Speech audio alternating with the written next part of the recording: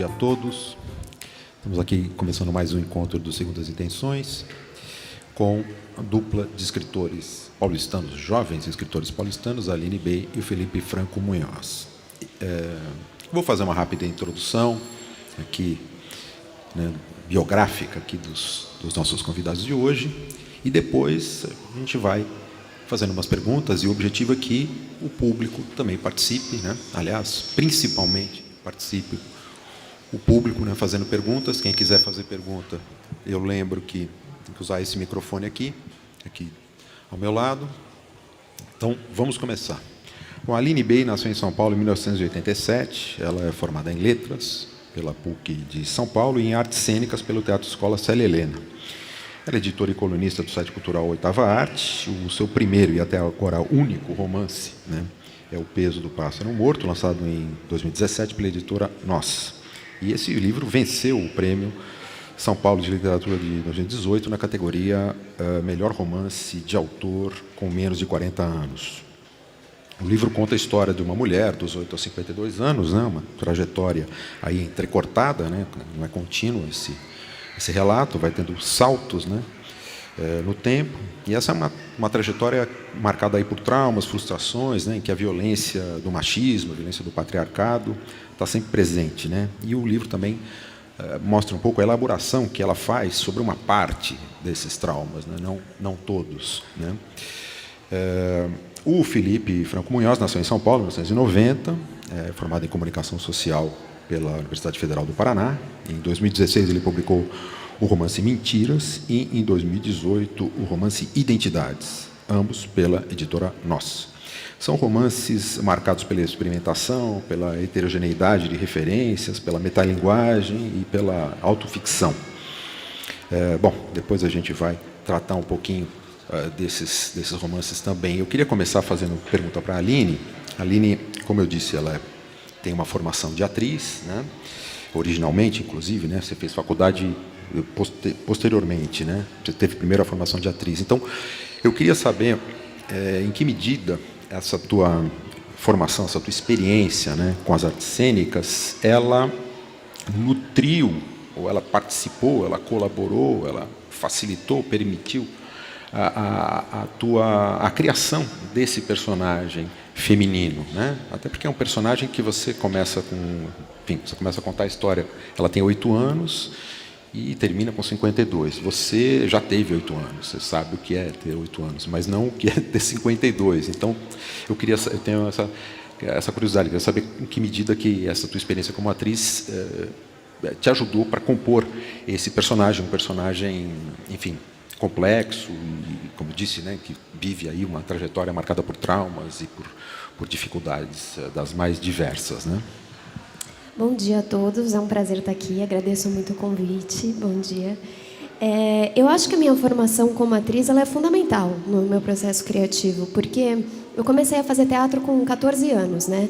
Mas antes disso eu já tinha muita vontade de ser atriz. E eu, com essa idade, sendo tão jovem e mergulhar nesses personagens que eu mergulhava com 14, 15 anos, que eram sempre mulheres muito mais velhas do que eu, foi fundamental para me dar uma liberdade criativa. Porque eu sabia que ali, com aquela minha pouca idade, é claro que eu não ia dar conta dos traumas que as personagens tinham, das vivências. Às vezes eram mulheres casadas, às vezes eram mães. E eu sabia que aquele exercício era um exercício de se colocar em situação, né? A minha escola, o Célia Helena, era uma escola que tinha a base do Stanislavski, que é um teórico que sempre coloca isso em jogo, que é o ator se colocando em situação para a cena. Então, a gente tinha essa liberdade de estar sempre brincando, é um jogo lúdico. E eu, sendo tão nova e tendo essa liberdade tão grande, quando eu migrei para a escrita, eu acho que essa liberdade segue me acompanhando. Porque é muito difícil você dar conta de uma vida. Muito mais, assim, seja num palco, seja num quadro, seja num livro. Então, eu acho que é sempre um pacto, assim, de, olha, eu vou brincar de experimentar essa vivência, né? No caso, essa mulher sem nome, anônima, que o corpo dela está em função das perdas que ela sofre. Mas eu sabia que não ia dar conta. Então, eu acho que esse saber que não dá conta, saber que é um pacto com o leitor, que ele vai ter que completar, que ele vai ter que colocar também as próprias experiências, isso dá muita liberdade para escrever sobre coisas que saem da minha experiência como mulher de 32 anos, paulista, mulher branca, classe média. E se eu for escrever só sobre essa minha vivência, eu acho que é pouco. Eu acho que a arte está aí para a gente, de fato, experimentar outras posições, brincar de ser outras coisas. Eu acho que tanto para o leitor quanto para o artista, isso é fundamental. A gente sair da nossa zona de conforto, né? E ter esse jogo com outras possibilidades. E eu acho que a arte ela é fundamental nesse processo. E o teatro, para mim, foi fundamental. Aline, em cima disso, da questão das artes cênicas, né, o teu livro ele é muito oral. Né? Eu acho que ele, inclusive, se presta para ser lido em voz alta. Eu fiz experiência, li algumas páginas em voz alta. E ele adquire outra pegada, é outra coisa quando você lê em voz alta, pelo menos para mim. E aí, justamente, entra a questão da oralidade e a tua experiência como atriz. Fala um pouquinho sobre isso. Perfeito. Para mim, no meu modo de criação, eu sou uma autora que cria lendo em voz alta. Para eu sentir que o texto ele está no ponto, digamos assim, para mostrar para alguém, ou mesmo para publicação, eu gravo ele bastante, escuto. Então, o meu processo é oral. Então, quando as pessoas me falam, nossa, quando eu li teu livro, eu tive vontade de ler em voz alta, porque todo o processo ele foi feito em voz alta, e eu acho que eu sempre penso nessa atriz possível para interpretar. É como se a minha personagem ela não fosse, de fato, a mulher que sofre. Ela fosse uma atriz que está interpretando uma mulher que sofre. É sempre essa meta. Sempre quando eu penso, por exemplo, na cena do pássaro, eu nunca penso nessa cena na vida. Eu penso essa cena em cima de um palco, uma representação do que poderia estar acontecendo. Então, todo o meu processo criativo, como eu estava dizendo, ele é totalmente... ele é possuído por esse estar no palco, esse ser teatro. Então, é muito forte para mim. Acho que por ter sido esse começo de criação, ter sido o meu começo como artista no mundo. Então, a voz, estar no palco, interpretar as cenas. Eu gosto muito de participar de sarau. Eu gosto muito de ler meu livro por aí. E eu acho que, realmente, o livro sendo escutado, gostaria muito de fazer um audiobook, por exemplo. Eu acho que ele ganha aí nuances que são fundamentais para a narrativa, sabe? Legal, eu queria fazer uma pergunta inicial agora para o Felipe, para a gente esquentar um pouco. O teu primeiro livro publicado, né, o Mentiras, falar rapidamente, né, situar o nosso público. O Mentiras ele é um livro que tem, enfim, uma alternância entre dois espaços, digamos assim, a vida do protagonista Felipe e esse protagonista Felipe, que obviamente aí é um jogo de duplicidade com o autor, Felipe. Enfim, isso eu deixo para ele eventualmente comentar. E essa conversa, né, do Felipe com o Philip Roth, né, o escritor norte-americano, morreu recentemente. Eles conversam numa mesa de café, num bar, né, enfim. E eles conversam sobre o que o Felipe viveu, digamos, no outro espaço, né, da narrativa, que é uma parte do tempo é uma relação amorosa, né, com uma moça, né, a Thaís. E ele vai comentando o que aconteceu com a Thaís na noite passada e tal, e o Philip Roth, enfim, essa outra figura, esse outro Felipe, vai reagindo às colocações dele, vai se criando aí um jogo, isso vai influenciando as ações, né, futuras e também a própria escrita, quer dizer, os rumos da ficção e também a maneira de contar. Então, é um romance que já tem uma experimentação aí, metalinguística, né, interessante, e é o tempo todo esses dois espaços se alternando, né, uma cena para uma cena para outro, e vai, e o livro vai evoluindo assim. O que eu queria perguntar para a gente começar, Felipe, é a tua ligação com o Philip Roth, né? Enfim, é um autor que você sempre leu, conhece desde sempre, faz parte da tua formação literária. Eu queria saber um pouco como o Philip Roth foi parar no seu livro, né? E por quê? Eu tenho alguns indícios de resposta, mas eu prefiro que você coloque aí, né, como você chegou nele, né, e por que ele desempenha essa... Por que não é o Dostoiévski, sei lá? Por que não é o Machado de Assis, né? Essa interlocução sua aí. Obrigado, Alexandre. Queria agradecer você e quem está assistindo a gente em casa, o convite da biblioteca, e o público presente. A minha relação com o Philip Roth se deu totalmente por acaso.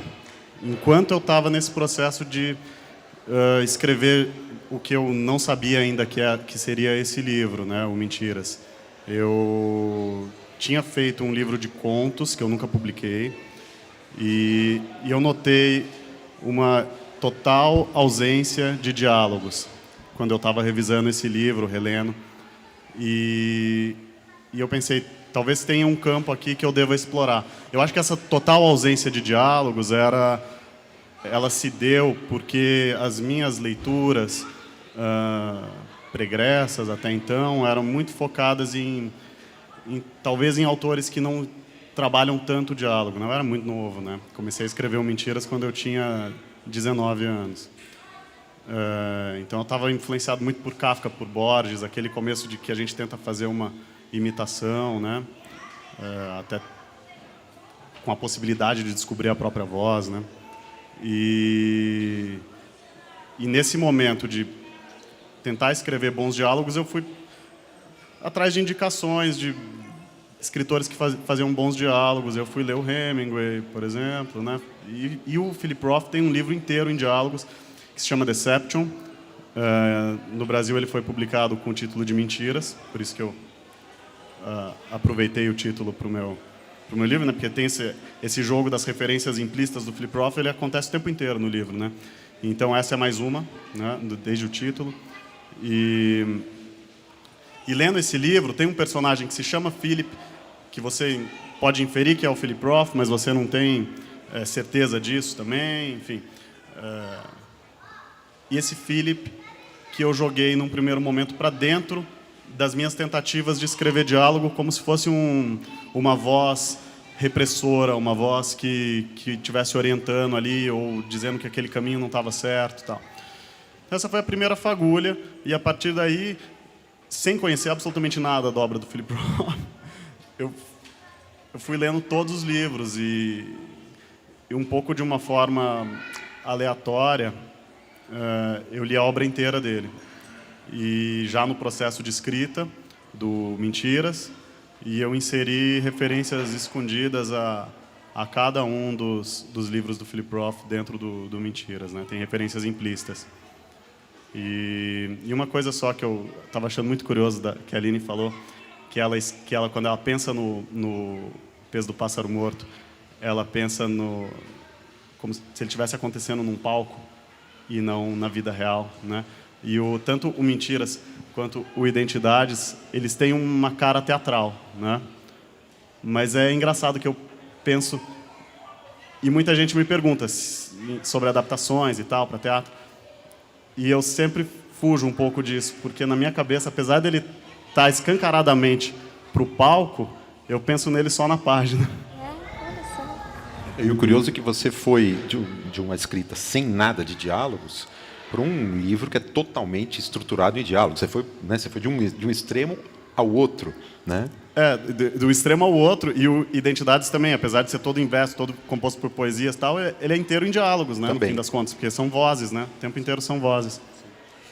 Não, só faltou você me colocar a questão do Roth, a inserção do Roth ali dentro. Você me explicou como você chegou nele, por conta do diálogo. Agora, eu acho que tem mais coisa aí, porque Roth também tem alguns paralelismos. Você mesmo falou que esse livro que você citou dele, o primeiro que você leu, tem um personagem que você acha que pode ser ele, enfim, tem esse duplo entre autor e personagem. Ao mesmo tempo, o Roth ele também, enfim, aponta a mistificação. Ele às vezes é um narrador também que a gente desconfia, né? Ele é pouco crível em certos livros, em certas situações, e acho que isso também está presente no Mentiras, né? Eu tentei absorver o máximo que eu pude de toda a atmosfera que tem dentro da obra do Philip Roth, né? Eu tentei me afastar muito da pessoa dele. Eu lembro que na época que eu estava escrevendo, evitava ler entrevista, evitava assistir vídeo. Eu não queria ter a voz dele na voz do meu personagem Philip. Eu queria que fosse a voz dos livros dele, né? Que não só no meu personagem Philip, está espalhado por todos os personagens ali do livro, né? É a atmosfera da obra mesmo, dentro da atmosfera daquele livro, né? Que está tratando de um processo de descoberta, né? Um primeiro escritor escrevendo um primeiro livro, né? Você como se você estivesse acompanhando isso em tempo real. Então, também o que eu estava dizendo de você se espelhar num primeiro momento em outros autores, tal, também foi uma coisa que eu quis deixar escancarado. Por isso que tem essa força tão grande do Philip Roth. E aí se deu o Philip Roth totalmente por acaso, né? Você falou não Dostoiévski, né? Poderia ter ido para um outro caminho, né? Mas enfim, aí foi o caminho que eu comecei a desenvolver e aconteceu sozinho. Depois que o livro já estava praticamente pronto, antes de que eu revisasse, fiz uma revisão bem grande e radical antes de publicar o livro. Aí 5 anos depois que ele estava pronto, né? Mas nesse meio tempo eu conheci o Philip Roth num evento em Newark, que é a cidade dele. Mas enfim, mesmo tendo um contato pessoal e aí sim já vendo ele falar, né? Inclusive eu assisti um evento que ele estava lendo um trecho do Teatro de Sabá, tal. Eu evitei, quando eu fui fazer essa revisão radical, que essa voz do homem, Philip Roth, entrasse dentro do meu livro, né? E não tem quase descrição, né, no livro, então a gente também não consegue imaginar muito, né, no leitor, na cabeça do leitor, como seria esse Philip, etc. Né? Quer dizer, a gente sabe que ele está presente ali, mas você tampouco vai por essa pista, né? A gente percebe no livro esse distanciamento que você relatou agora, que você procurou manter da figura dele, né? Enfim, você como escritor, a gente sente isso, o resultado disso no livro, né? na escrita. Bom, eu acho que a gente pode começar a abrir para as perguntas aqui do público. Se alguém quiser fazer alguma pergunta, tem que se levantar e usar o microfone aqui. Enquanto isso, a gente lembra que é importantíssimo lembrar que hoje faz exatamente 2 anos do assassinato sem resolução da Marielle Franco. Bastante oportuna a sua colocação. Bom, vamos falar um pouquinho... Não, antes eu vou voltar com a Aline aqui, porque eu também tenho que equilibrar as perguntas, né? Você tem 2 livros, então aparentemente tem mais assunto, e a Aline tem um só, por enquanto, mas enfim, a gente vai... Aline, eu queria, em relação ao seu livro, você escreveu o livro em versos, né? Existe também a outra, além dessa questão da oralidade, que a gente já abordou, tem a questão da tua escolha pelo verso. Eu queria que você comentasse, né, por que você tomou essa decisão, né, que razões te levaram, você poderia ter escrito essa mesma história de 1000 maneiras, e por que você escolheu essa maneira, né? Para mim, eu como leitor, enfim, a poesia ali, enfim, a forma verso, ela dá uma quebrada, né, um pouco, se fosse uma prosa que escorresse, assim, o verso ele é mais truncado, ele é mais quebrado, ao mesmo tempo tem mais espaços em branco na página, a palavra está mais sozinha, está mais isolada. Isso me remeteu ao próprio isolamento da personagem, ao próprio auto-isolamento, né, em certos momentos ali, talvez mais para o final, não sei. Mas essa marca do isolamento é muito presente, né, nesse personagem. Então, eu queria que você comentasse um pouco isso, essa tua escolha pelo verso. Perfeito. Na verdade, eu não vejo o meu jeito de escrever, que ele não nasce com o pássaro, né? Antes de eu publicar o livro, eu já estava produzindo textos curtos há quase 10 anos. E ele sempre vem com essa quebra de frases. Depois eu mostro aqui para vocês, para quem não conhece, eu mostrar um pouco Ele tem uma estrutura assim que, quando você abre, a impressão talvez que tenha é que seja um livro mesmo de poemas, ou um poema mais longo, né? E quando eu comecei a escrever lá na Faculdade de Letras, eu imaginava que eu era poeta por gostar muito de poesia, assim. E aí eu fui publicar na revista da faculdade e as pessoas começaram a vir com um feedback de que não era poesia, que talvez fosse um conto, mas sempre um registro muito híbrido. O teu texto, o que você escreve, eram o que as pessoas usavam para dizer ali do que eu tinha produzido. E aí eu comecei a entender que realmente eu trabalhava bem num registro híbrido, que talvez fosse algo bacana de investigar como estilo, por ser diferente, E aí eu comecei a investir nisso de fato. E aí eu escrevia sempre textos, eu sempre chamava de textos. Quando eu fui escrever O Pássaro, eu comecei a escrever um pouco antes da oficina do Marcelino Freire que eu participei, eu decidi que eu queria testar essa minha linguagem numa história um pouco de mais fôlego. Porque eu pensava, bom, num texto curto de 3, 4 páginas, isso se sustenta. E como é que seria com personagem, com demanda narrativa, com curva e tal? Falei, vou experimentar fazer, porque eu tenho uma coisa na minha linguagem que ela é muito magra, ela é muito concisa, isso é muito da poesia também, né? Mas, ao mesmo tempo, eu tenho uma narrativa, eu tenho personagens, eu tenho uma história para cuidar. Então, eu acho que... E uma outra questão também da minha linguagem é que é muito fluida. É muito rápido ler o livro, não só porque ele é curto, ele é rápido mesmo. Porque, às vezes, tem poemas que a gente lê em dias, né? De tanta densidade na linguagem. A minha, ela é muito fluida. Então, eu percebi que quando eu isolava palavras, quando esses silêncios, né, que você comenta, porque, para mim, como eu estava dizendo que eu acho que a folha ela é sempre um palco, e a história está acontecendo em cima de um palco, é como se ele já estivesse quente. Então, quando eu abandono a personagem em um determinado momento, eu não coloco mais palavra. Então, de repente, naquele momento que a personagem está com 8 anos, que a amiga dela... Eu não vou contar para quem não leu o spoiler, mas acontece uma coisa com a amiga dela e ela fica esperando uma notícia. Em vez de eu colocar um monte de palavras explicando o que aconteceu para ela esperar essa notícia, toda a angústia interna da personagem, eu abandono ela em cena, com a expectativa de que o meu leitor vai me ajudar, porque eu tenho esse pacto, todo mundo tem, todo escritor tem um pacto forte com o seu leitor, mas eu acho que o meu é ainda mais, porque se o meu leitor não vier comigo de verdade, fica pouco, fica vazio, precisa de mais. Então, esse abandono na cena, eu acho que funciona muito como investigação na minha narrativa. E aí foi algo que eu fui testando com o Pássaro e eu acho que é algo que eu quero testar mais. Eu não sei se o meu segundo livro também tem uma linguagem fragmentada, eu não sei se toda a minha vida narrativa vai ser assim, né? Mas, por enquanto, é uma angústia, uma inquietação que eu tenho de fazer essas frases respirarem, de ter quebras, de isolar palavras, de quebrar a expectativa com uma palavra que a frase para no momento, eu isolo uma palavra, então a frase já vira outra coisa. Enfim, brincar muito com esses jogos possíveis e esses silêncios e tudo. O uso de maiúsculo, às vezes, também, né, serve para enfatizar ou para pontuar certas coisas que você quer destacar, né? Exatamente. Também um recurso... Eu uso tipo a maiúscula seletiva, né? Quando ela quer tá um tom mais alto, digamos assim, na frase. Também o livro é em primeira pessoa, isso é importante dizer.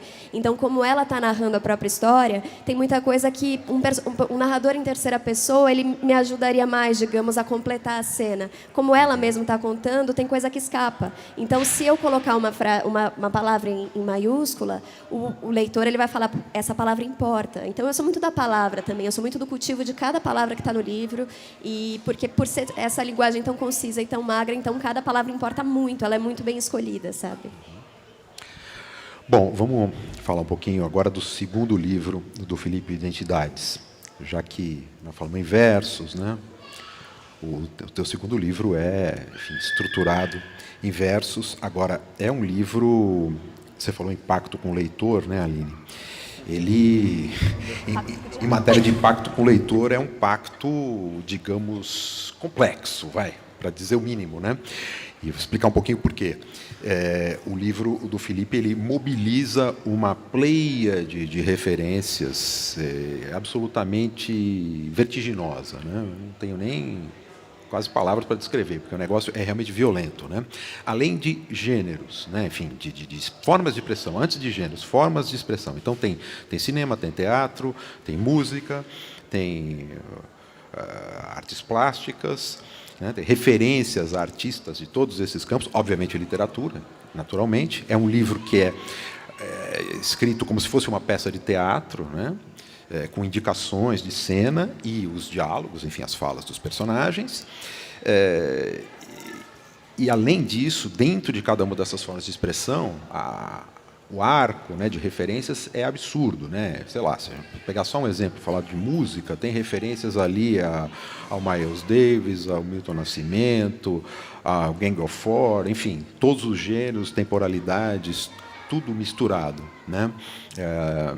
Tem referências ao cinema, enfim, a literatura, então, a coisa vai embora, né? Porque é o mito do Fausto. Então, obviamente, quase todos os autores que se dedicaram, que escreveram sobre o mito do Fausto, estão ali, né, citados às vezes, ou você vê referências mais veladas. Aí, claro, depende da experiência de cada leitor, da bagagem de cada leitor, para estabelecer justamente esse pacto, né?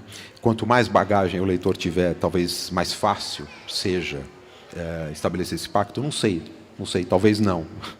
Não sei, não tenho certeza do que eu estou dizendo. Mas, enfim, de qualquer forma, é algo extremamente avassalador mesmo, né? Me fez lembrar, quando eu li o seu livro, nos romances modernistas do Oswald de Andrade, né? Serafim Ponte Grande e Memórias Sentimentais de João de Miramar, né? Que ali tem uma referência também a tudo, né? Sem hierarquia, enfim, a diversos gêneros de escrita, né? Tem bilhete, tem carta, tem telefonema, tem, enfim. Você não vai muito por essa linha, embora talvez até a gente possa até pensar um pouco. E também uma citação, referências de autores, de, enfim, né? Das mais variadas tendências. Agora, esses são os romances, são os melhores romances do Oswald de Andrade, são os romances da maturidade do Oswald de Andrade, né? Esses romances modernistas do fim da década de 20. E você é o seu segundo romance, né? E você faz esse trabalho, sei lá, titanesco, né, hercúleo, né, de costurar essas referências com uma coerência, com um objetivo. Quer dizer, é um negócio que a gente pouco vê na literatura, né, esse grau de experimentação tão forte, e até mais na literatura brasileira, que acho que isso nossa produção mais recente, enfim, não temos tantos autores que fazem isso. Você faz isso e você vai fazer no seu segundo livro. É um negócio absolutamente espantoso. Eu queria que você comentasse um pouco a gênese do Identidades e, ao mesmo tempo, já aproveitando, já te faria uma segunda pergunta em relação ao livro, né? Enfim, só explicar para quem não leu. É um mito do Fausto atualizado, digamos, revisitado, relido, né, com as questões da contemporaneidade, né, do mundo atual, né, e a questão de gênero, por exemplo, que está aí presente, porque esse Fausto enfim, é uma mulher, é um homem que, enfim, é uma mulher que quer ser homem, enfim. Fica meio tudo um tanto quanto nebuloso, né? Há uma ambiguidade aí, mas, enfim, de qualquer forma, a questão de gênero está super colocada aí, e ele vai buscar lá o mito faustiano e tal, né? Do pacto com o demônio para você realizar lá o desejo que você quiser, enfim, né? Enfim, e aí a questão, o pacto está dentro desse espectro da questão de gênero, por exemplo, né? Que é uma questão super contemporânea e tal e tal. Então, a minha pergunta é: como foi esse trabalho de arregimentar, né, esse contingente enorme de referências artísticas, culturais, etc., das mais díspares e variadas, etc., e por que o mito do Fausto? Para falar sobre isso, enfim. Como que você chegou no mito do Fausto? Mais ou menos como uma pergunta que eu te fiz em relação ao Philip Roth. Você leu os mitos do Fausto a vida toda? É um leitor de cabeceira? Isso te acompanhou? Ou isso surgiu na hora da escrita? Como é essa sua relação com o mito? Legal, obrigado, Alexandre. Como eu cheguei no mito do Fausto, né? Eu já tinha lido o Fausto do Goethe, e para fazer o livro que eu estou escrevendo agora, um romance, tem um capítulo alguns capítulos que são muito focados no Goethe. E por conta disso eu fui reler o Fausto em 2015 ou 2016, quando eu estava começando a fazer o Identidades.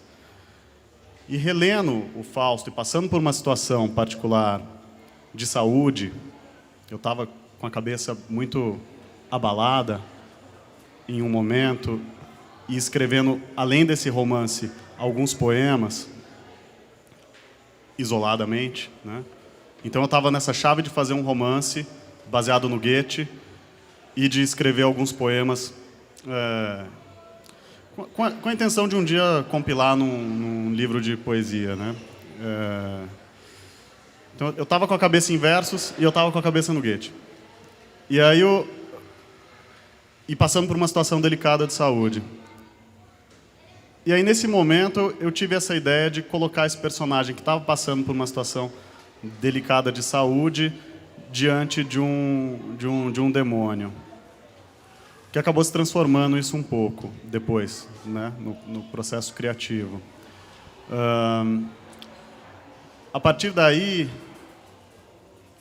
observando o mundo, né, e as questões de gênero importantes, tal, veio em algum momento essa ideia de fazer um Fausto atualizado, né, contemporâneo. Tem muitos Faustos, e a partir desse momento eu comecei a ler todos esses Faustos que eu fui encontrando pela frente, né, do Valéry, do Pushkin, do Marlowe, né. E também, mais ou menos da mesma forma que eu fiz com o Mentiras, eu fui jogando implicitamente para dentro do texto do Identidades esses Faustos, alguns citados, né? Se eu não me engano, do Valéry eu não cito, mas tem uma frase lá que é do Valéry, em francês mesmo. E como eu estava passando por um problema de saúde, que eu acabei espelhando um pouco nesse... Claro, autoficção, tal, mas um pouco, mas nem tanto, assim, né? Acabei espelhando, de certa forma, no suposto Mefistófeles esse problema de saúde. Ele tem um problema no pé, que alguns tumores vão crescendo. Eu não digo qual é a doença em nenhum momento, né? Mas ele está com tumores crescendo no pé e passando por uma transformação física, né?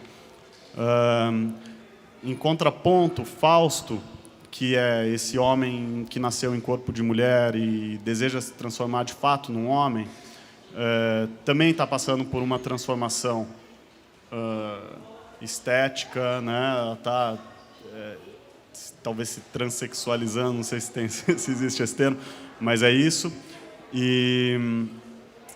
Então ela também está passando por uma transformação física. E Camila, que seria a namorada, depois noiva do suposto Mefistófeles, ela engravida. E então ela também passa por uma transformação física, né? Então tem esses três personagens que são os três pontos principais, as três principais vozes do livro, que estão passando por transformações físicas, então mudanças, vamos dizer, na identidade deles, né? E aí em cada um dos textos tem música, tem artes visuais. Dentro dos poemas, um é um soneto clássico com a métrica estabelecida, outro é em versos alexandrinos, o outro é sei lá, eu tentei fazendo de todas as formas possíveis, né? Brincar com os versos ali dentro, né? Mesmo quando é por exemplo, um roteiro de cinema, que tem ali um momento que é a forma da situação ali se passa num roteiro de cinema, também é em versos e metrificado, né? E cada verso joga com seu próprio com a sua própria regra ali, né?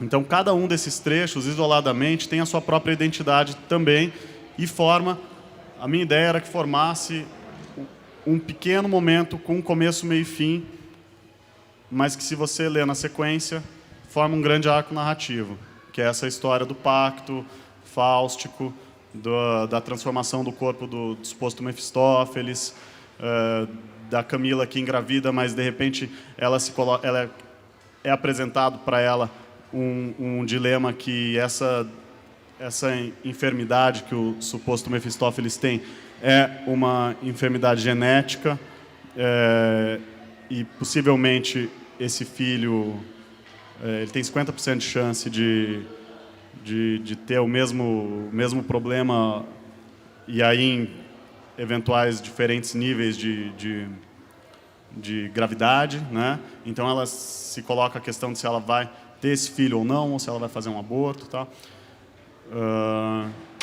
Então isso se espelha nas formas, né? Tinha uma ideia inicial de que a página, no momento, assim, dando spoiler, mas acho que não é um problema, assim, a Camila decide por não ter o filho, fazer um aborto, e nesse aborto caseiro ali ela acaba tendo uma hemorragia e morre, né? Então a ideia inicial era que a página, mais um elemento, né, que acabou não acontecendo por questões de dificuldade de impressão, né, tal, era que a página fosse vermelha né, com o texto falado pela Camila em vermelho, né, também, que seria o momento dela sangrando ali e tal.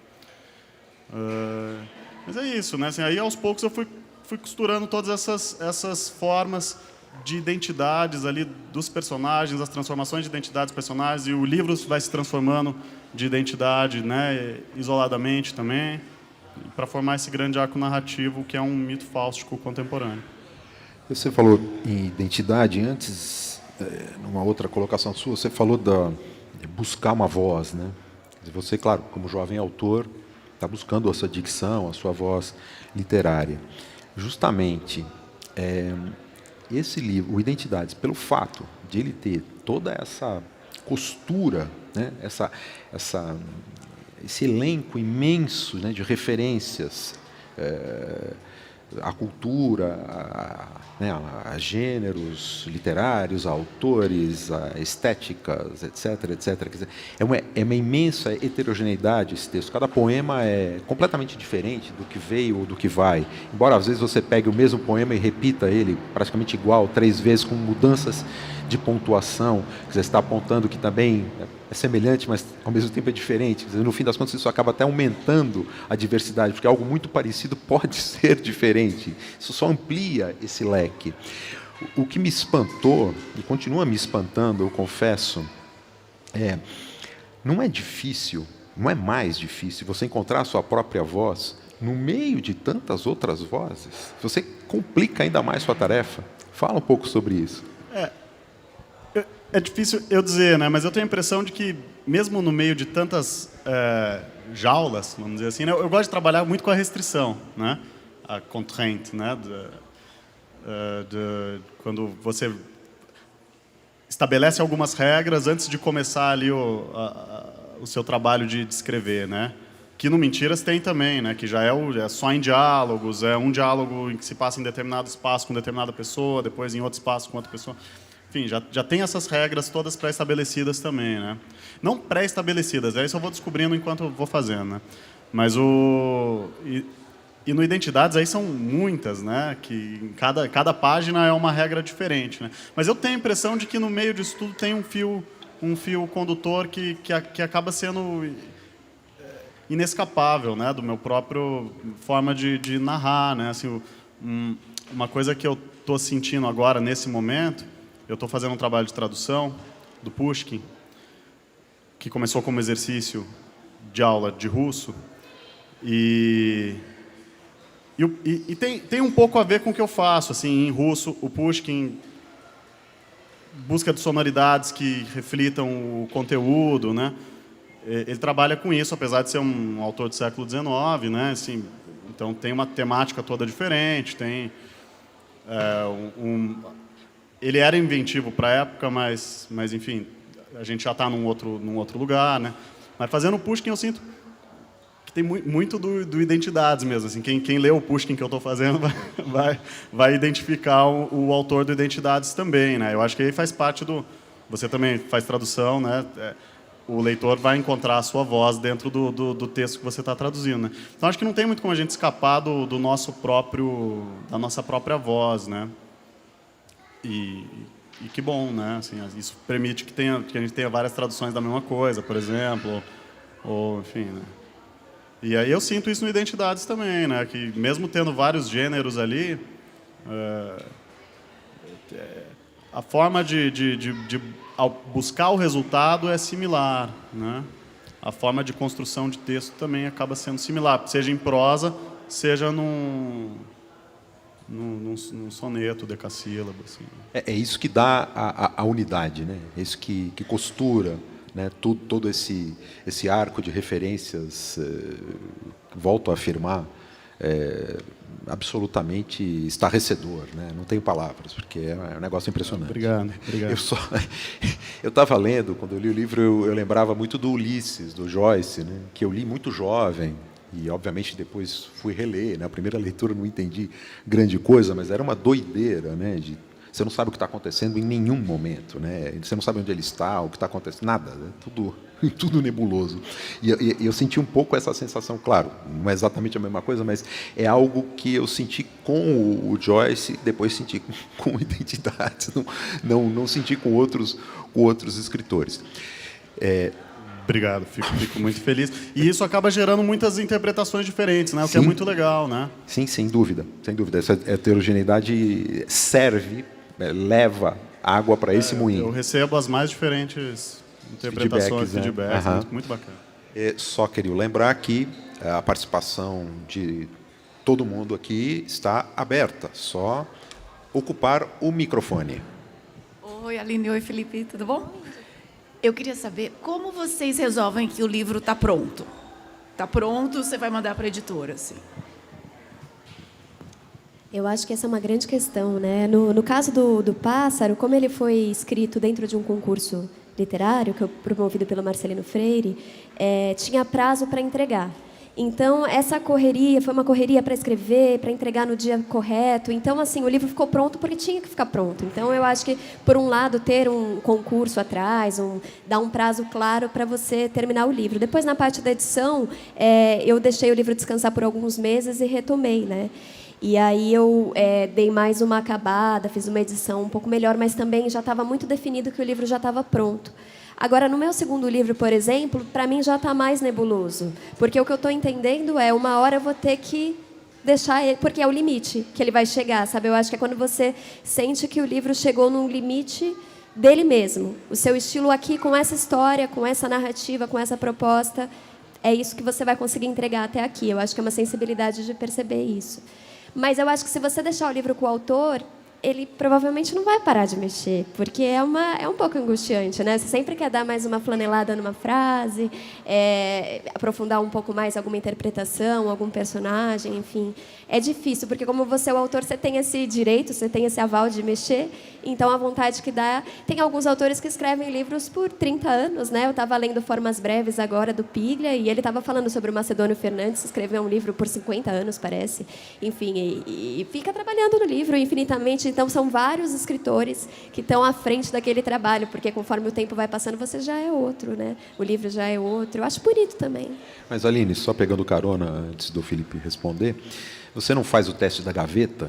É muito importante o teste da gaveta, porque, nesse momento agora, o meu segundo livro está na gaveta. Ele está descansando um pouco. O Pássaro ele teve esse momento de repouso, porque, quando eu entreguei para o concurso, ele tinha 2 fases. A primeira era da semifinal, digamos assim, de escolher os livros que iriam para a final. Então, foi muito rápido esse processo e tal. Depois que foram escolhidos os finalistas, ele demorou para retomar. E aí, depois, para publicar, demorou quase 1 ano. Então, nesse processo de publicação, antes da publicação, eu nem pegava. Deixei ele descansando mesmo, porque daí, quando eu fui fazer a revisão, pronto, aí o texto é um pouco mais estrangeiro, né? Então aí é muito melhor como escritor para você poder cortar, melhorar, porque você não está com aquele olhar tão quente de quem acabou de produzir, um pouco carinhoso também, né? E que a gente não deveria ter. Eu concordo totalmente com a Aline, eu deixo na gaveta também muito tempo. O Mentiras demorou muito para sair, né? Eu comecei a escrever acho que em 2009, terminei em 2010 e o livro saiu em 2016. 2010 ou 2011. E nesse meio tempo eu cheguei a mexer um pouco. Eu tive alguns amigos que leram o livro, isso foi muito importante, e anotaram. Não deixo nunca de mencionar, o Marcelino Freire fez uma leitura e anotou e deu dicas preciosas, isso nesse meio tempo. O Humberto Werneck também. Então, mexi quando eles leram. Paulo Scott também fez uma leitura um pouco depois. E quando esses 3 autores leram e comentaram, eu olhei as dicas e mexi alguma coisa. Depois, às vésperas da publicação, eu fiz uma revisão radical. Eu mexi em praticamente todas as páginas do livro. Aí tinha 5 anos de gaveta, né? E há um tempo atrás a minha editora disse que estava pensando em fazer uma outra edição do Mentiras. E eu fiz mais uma revisão, não tão radical assim, mas eu mexi bastante de novo. Então, assim, eu quero mexer até morrer, né? Tem que tomar um cuidado, porque a gente corre o risco de esquecer alguma coisa, né? que faça muito sentido, que você não pode cortar, né? Então, para fazer todas essas revisões, eu li inteiro, aí com esse olhar estrangeiro, né? Que é como se fosse... Você esquece, né? Muita coisa ali, né? E primeiro eu fiz uma leitura para depois começar a mexer, né? E o Identidades, uma parte dele foi traduzido para o francês, publicado. E quando eu acompanhei esse processo de tradução, eu fui lendo e também já fiz algumas alterações comigo, né? Assim, então, eventualmente, no futuro, vem diferente alguma coisinha, assim, né? É isso que eu ia te perguntar, porque tem escritores que ficam, a cada nova edição do romance, né, e às vezes pode durar décadas, né? Ele vai lá e mexe alguma coisa, ele depois mexe de novo, e aí o livro tem 10 edições, ele tem 10 versões diferentes. Você acha que isso pode acontecer com Identidades? Eu acho que sim, sem dúvida. Acho que mais detalhes, né, assim, provavelmente. Essa do Mentiras que eu fiz agora, depois de publicado, eu acho que já entra mais no campo do detalhe. Assim, mexi bastante, assim, mas é muito, assim, uma vírgulazinha aqui, uma palavrinha a mais ali, uma a menos. Enfim, assim, nada que ninguém vai perceber, assim, a não ser que alguém pare para olhar, assim, né? Nada vai ter, assim, ler a primeira edição, ler a futura, não tem problema, assim. Na Identidades também, assim, as anotações que eu tenho para uma eventual mudança, tudo muito na esfera do detalhe, assim. Acho que não tem nada de... O que eu penso em fazer com Identidades, e já estou fazendo um pouco, é dar uma expandida através de outros poemas, assim, mas não para entrar no livro. Esse é um livro consolidado, assim, né? Mas eu acho que ainda cabe algumas outras coisas no ambiente desses personagens. Isso eu estou desenvolvendo aos poucos. Mas para publicar separadamente. Separadamente. Uma ramificação desse livro. Uma ramificação dentro de outras coisas, assim, também não tem ideia de fazer o Identidades 2, né? Mas dentro de outros livros, nessa possibilidade de se entrecruzar tudo, ficcional, assim, eu tô já elaborando alguma coisa nesse sentido, assim, continuar dando voz para alguns desses personagens. Você falou de teatro, né? O teu livro, enfim, ele é estruturado como uma peça para ser lida e tal. Mas, por outro lado, teve uma adaptação do Identidades para o teatro, né? Identidades 15, me parece, né? Que é o nome. Identidades 15 minutos. 15 foi minutos. Na FLUP do ano de 2017. Fala um pouco sobre foi isso. Um pouco antes do livro sair. Eu tinha sido convidado para participar e para fazer uma performance num tempo de 15 minutos. E aí eu fiquei pensando o que fazer em 15 minutos, né? Assim, E a FLUP é um evento incrível, né? Acontece no Rio de Janeiro, nas comunidades, cada ano é numa comunidade diferente, então o público é o público da comunidade, é um negócio muito legal, assim, é um evento maravilhoso. E eu estava, assim, como o livro estava prestes a sair, né? Isso foi em novembro de 2017, o livro saiu no primeiro semestre de 2018. Eu estava com Identidades na cabeça, queria fazer alguma coisa a respeito do Identidades. E eu lembrei que tem um dramaturgo inglês, chama Tom Stoppard, ele fez uma adaptação do Hamlet em 15 minutos. Chama Hamlet 15 minutos. Só com os melhores momentos, assim. Então é uma coisa vertiginosa, assim, que se passa muito rápido. Então, o monólogo do Hamlet vira ser ou não ser, eis a questão. Ponto. Né? Assim, aí passa para outra coisa e o resto eu posso imaginar o efeito disso, do Identidade. Se já é um livro super denso, você condensá-lo em 15 minutos assim, é uma loucura. Virou uma proposta assim de não vou dizer brincadeira porque é sério, assim, mas é mais nesse campo cômico, talvez, né? Assim, até porque o livro não existia, né? E aí eu fiz com a Natália Lage, nós dois lemos todos os personagens. No Identidades tem, sei lá, deve ter uns 8, 9 personagens ali, né? Com alguma voz dentro do livro, né? Tem esses 3 são os principais, mas de repente, eventualmente entram outras pessoas falando ali. E eu e a Natália lemos essa adaptação com os principais momentos, vamos dizer assim, em 15 minutos. Ali deu exatamente 15 minutos. E, na verdade, são 13 minutos e ainda tem mais 2, que é o bis, ainda mais ainda mais rápido. O Impressionante. recorte do recorte, assim.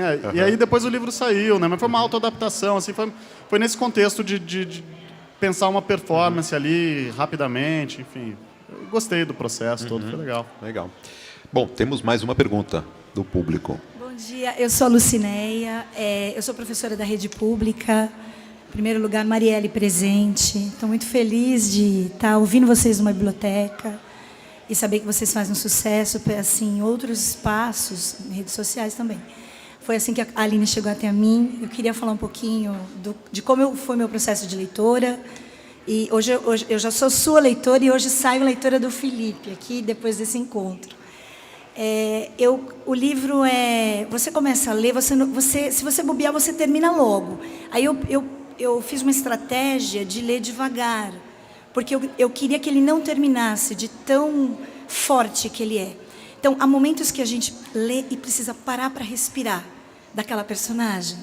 E aí, assim, uma das estratégias que eu pretendo fazer dentro da sala de aula, eu como professora da rede pública, eu faço muito a escuta das minhas alunas. Então, assim, esse livro vai ser levado para uma oficina literária, uma oficina de produção de texto, porque eu acho que mulheres precisam ler mulheres, e o livro me dá muito essa dinâmica. Não importa se seja estruturado por verso ou por conto, e esse processo de reler, né?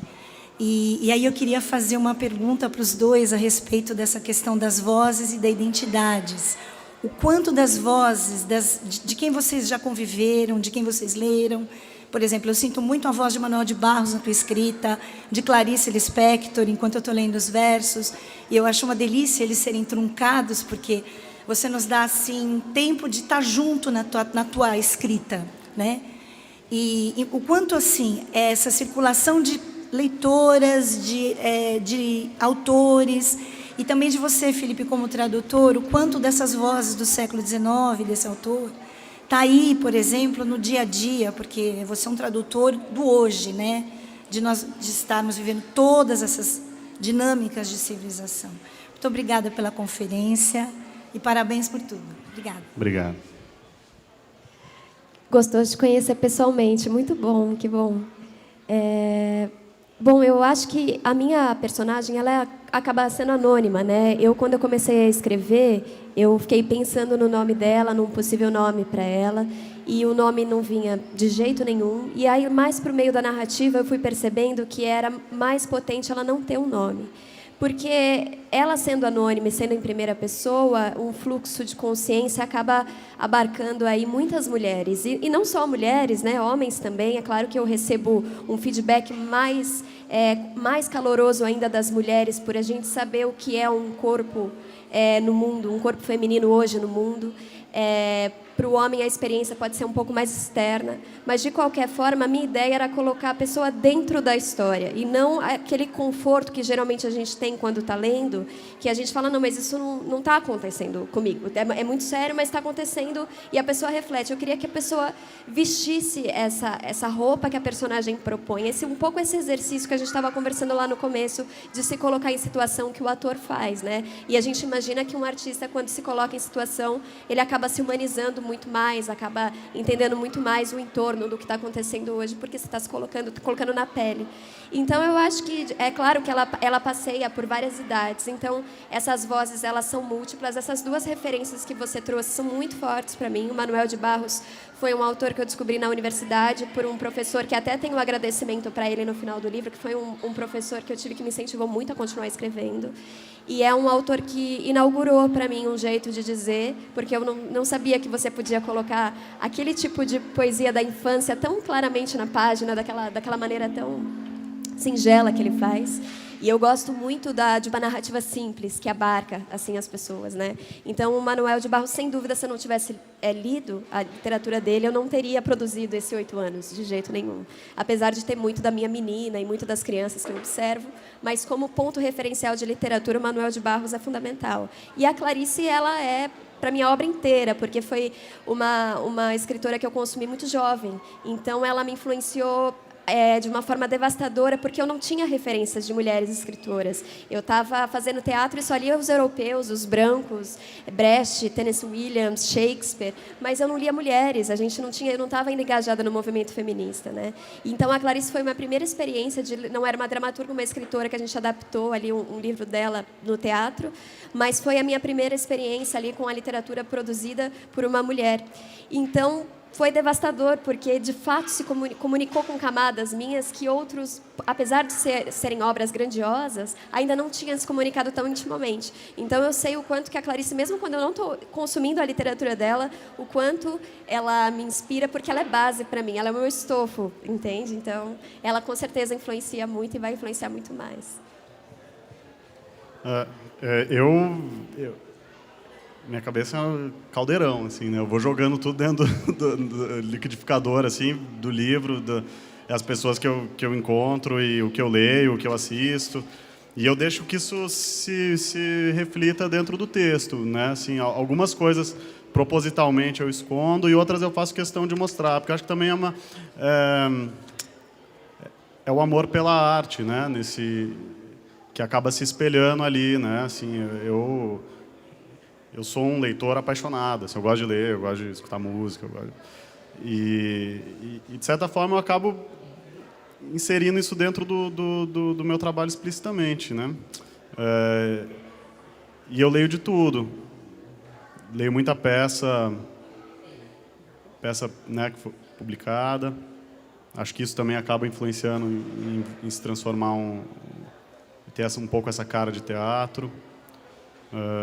Enfim, as referências são milhares, né? A gente tem a possibilidade hoje de ser bombardeado por cultura o tempo inteiro, né? Com a internet e tal, né? A gente tem acesso a muita coisa, né? E a gente precisa achar formas de filtrar todo esse conteúdo gigantesco e acessar o que, né, o que pode nos interessar, ou enfim, o que pode ser, no meu caso, o que eu acho que é importante para o meu trabalho, né? Então eu vou deixando eu entro nessa corrente de tudo, assim, absolutamente tudo, e deixo que tudo se misture no texto. Mais um candidato, vamos lá.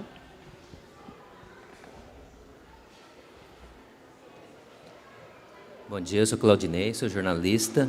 Queria fazer uma pergunta em relação a projetos de estímulo cultural. Se vocês se utilizaram de projetos para a escrita dos livros, qual a importância desses projetos, mesmo, na opinião de vocês, mesmo que não venham a ser utilizados, principalmente no momento que se discute muito a reestruturação da Lei Rouanet.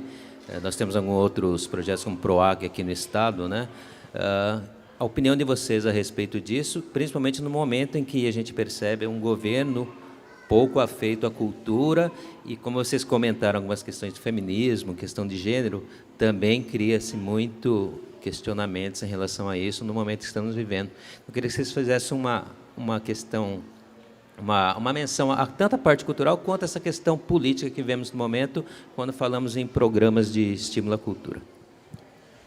Eu ganhei uma bolsa da Funarte. Hoje em dia, não sei como seria, né? Eu tenho a expectativa de que tudo volte em algum momento ao que a gente, né, num caminho de progresso, né, tal. Acho que isso vai acontecer. Evidentemente que todos nós, a gente tem que fazer o nosso esforço também, né, para que isso aconteça. Mas o meu projeto de inscrito na Bolsa Funarte abordava o contraponto entre personagens envolvidos com diferentes ou completa ausência de religião. Então, nesse caminho que estava indo a Funarte, com aquela transformação que foi proposta pelo presidente da Funarte recentemente, né, que acabou saindo, né, do cargo depois de se fantasiar de nazista para fazer um pronunciamento. Parece que isso não vai acontecer mais, eu não sei, né?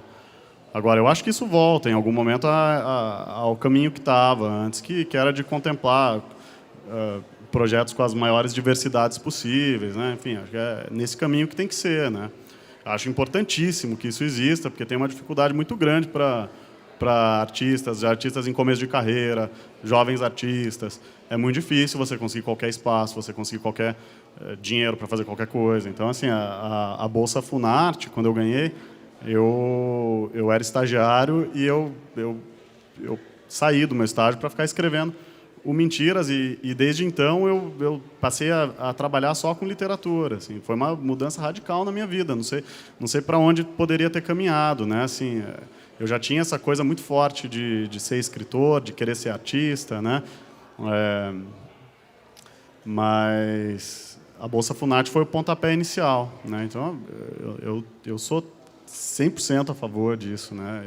Todas elas, né? PROAC, enfim, tudo, né? Acho que esse é o grande caminho de transformação social, inclusive, né? Porque você vai educando a população, né, do país, você vai jogando referências diferentes, né? Enfim, por isso que você precisa ter esses editais que contemplem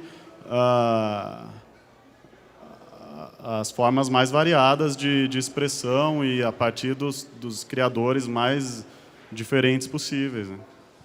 Eu concordo plenamente com o Fê. Eu nunca usufruí desse benefício porque eu nunca me inscrevi. O que aconteceu foi que o Pássaro, eu estava dentro desse concurso que proporcionava a publicação sem custo do livro escolhido. Então, eu acho que isso é uma forma também de fomentar a cultura, porque tem muitos artistas, escritores que, às vezes, precisam pagar uma primeira, uma segunda, uma terceira publicação do próprio livro. Isso é muito comum, muito normal, mas o problema é de onde você tira essa verba se você é artista o tempo todo. E se você for meditar um pouco sobre a função do artista, sobre o trabalho do artista, é impossível você tocar um trabalho de 8 horas, 10 horas, no lugar que seja, e depois ir para a tua casa e produzir algo com qualidade, porque eu e o Fê, a gente é escritor o tempo todo, e a dificuldade que é você produzir uma obra cada vez mais profunda, mais interessante, então você precisa do tempo, você precisa estudar, você precisa tem muitas coisas que são necessárias para que você, de fato, produza uma obra que tenha